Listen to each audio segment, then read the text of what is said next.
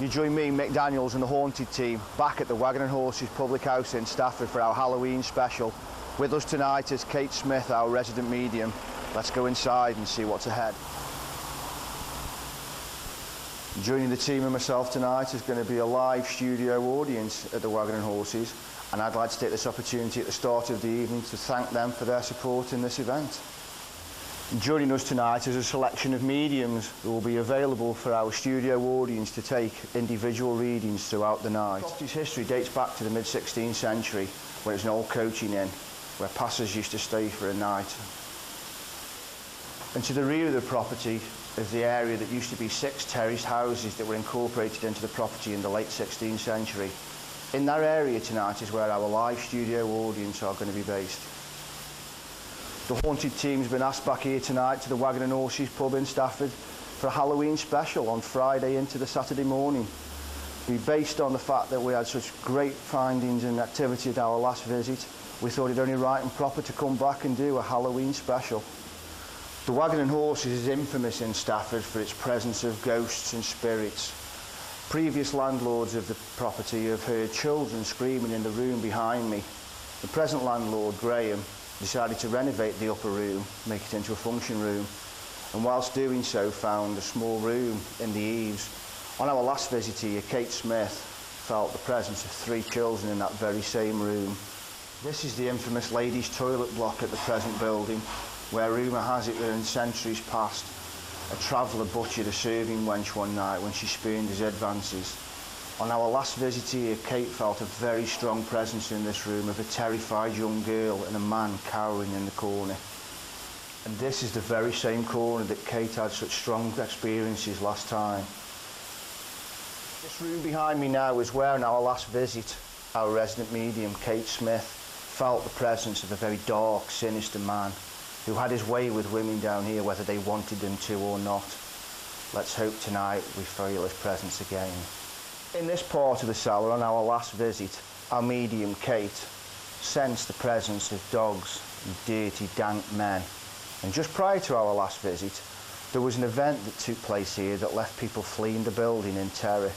Let's hope that tonight we feel that presence. We, the Haunted team, hope tonight to show that when the lights go off and the doors are shut, spirits roam the Wagon and Horses in Stafford.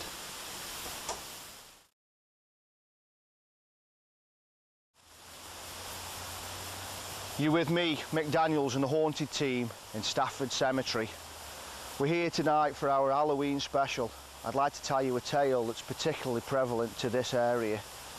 Years ago, maybe 50, 60, an old woman was walking home one night, passing this cemetery on Halloween Eve. As she was walking home, she saw spirits and lights in the distance, and going closer throughout the cemetery that you see before you, she began to see spirits rise from the dead. We hope tonight in our Halloween special to bring you that same experience. I'd like just to take this moment or two to take you back to the origins of Halloween. It can be traced back to the early 13th century, when it played a very important part in the Celts and the Druids' religious festivals. One of the most iconic features of Halloween is a jack-o'-lantern, a pumpkin. It takes its origin from a farmer called Jack, who one day met the devil and decided to play a trick on the devil to climb a tree and get him some fruit. While the devil was up the tree for Jack, he placed a cross at the bottom. The devil was unable to come down until Jack made a deal with him that he would never come for Jack's soul. The devil agreed, and until the day he died, Jack had forgotten about it. But on the day he died, he went to heaven, but because of the trick he played on the devil, he wasn't allowed entry into heaven. And going down to hell, Jack was reminded by the devil of their pact many years ago. And to this day, Jack is said to wander the earth with just a pumpkin hollowed out to guide his path. I hope you've enjoyed our introduction to the Halloween special and the background associated with Halloween. Now we're going straight into our live event, presented to you by the Thehaunt-ed team, live on Halloween at the Wagon and Horses in Stafford.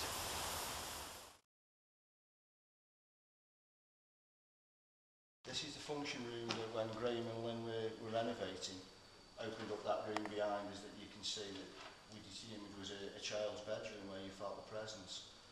Is there anything that you can sense here in the building? I just saw you. Absolutely. These three children are still here and I can still feel them around me. I've just had a few minutes of linking in with them and I can still feel their presence around me. Well, when we were here before, they were frightened. Are they still in that state, or are they calm down? They're calmer because they know me now. They've met up with me before, they sense my calmness, and they're very, very close to me now. Very, very close. If you can just recap for the people downstairs, yes, what we actually discovered up here the last time, what you actually felt and sensed. When they first come up here, in the very beginning, there was just a hole in the wall where they took the fireplace out. When they took the fireplace out, they had a feeling that there was something not quite right. Yeah. And when I first come in, I could see orbs, and they were beautiful blue orbs. And so I knew that there was at least 3 or 4 people up here. And then when we come through the last time, when we close to the public, as you well know, and this wall was knocked out, as you know, with just a doorway. And from then on, I felt and saw that these 3 children were in this room. And I knew that there was a woman in front of the room, front of the door, yeah, barring the door, yeah, protecting the children from this man. And this man is a very, what I call gross, yes, very sweaty, very weighty, but very strong presence. Very intimidating man, I think you said last time. Yes, as well. Yeah, at the last seance I could almost feel him pressing on my back, and throughout the seance I was saying, get back, because he is an overpowering spirit. Because these were only young children as well. Yeah, they were very, yeah, they are very young children, and if you can imagine a step, that's exactly how, yeah, they are in age group and in height. Yes. Yeah, thank you. So these children are, in fact they've just spoke to me and said to me that they do want to move on. Yes. They don't want to remain in this world. They do want to move on, and they are stuck where they are here now. They want to be rejoined with their mother, I take it. Yes. She was very much a protective figure in their life, is that correct? Yes, I think the energy of these children has remained, and they've remained, yes, in this area, which is very sad. And I think that's what's made them come so close to me, because you're a woman, and yes, the motherly feeling, yes, and the warm feeling that you give out to spirit, they automatically come to me. Or do they feel intimidated by me, do you know at all? Are they frightened of all the males, or was it just a father figure? I think it was just the father figure, but they were very protected children. Right. There was a lot of restrictions on these children. It was very much the case, out of sight, out of mind. Right. They never did the same things as normal children. Right. They didn't have that play. They could only play in the room, and they were very, very restricted.